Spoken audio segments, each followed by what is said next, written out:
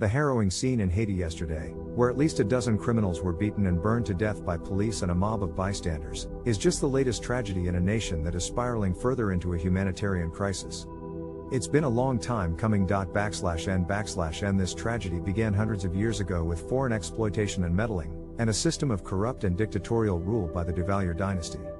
Then in 2010, a devastating earthquake killed over 200,000 many, sending the country into further chaos. /n/n When President Jovenel Moïse was assassinated in 2021, gangs filled the power vacuum and began to terrorize citizens.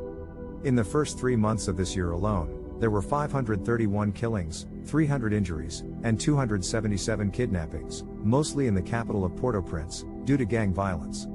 About 70 people were slaughtered in the slums in just 6 days earlier this month. /n/n Thousands of people watched on yesterday as the police forces rounded up the suspected criminals in Canapé Vert neighborhood, before the mob proceeded to beat, stone, and eventually burn their bodies. The police claimed the mob overpowering them and taking control of the culprits.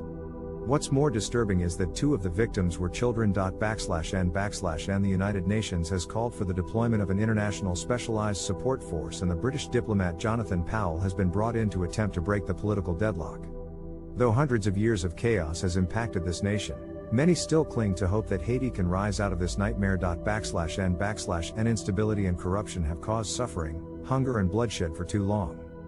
For a once prosperous nation, Haitians are now left in fear, struggling without a governing body in place to protect them against the rising gang violence and lawlessness. /n/n It's time for more action than simply words and promises. Haiti desperately needs a political and humanitarian solution if their people are to have a future. No one should suffer the way these people have, and now is the time for the world to show their unity and help those in need.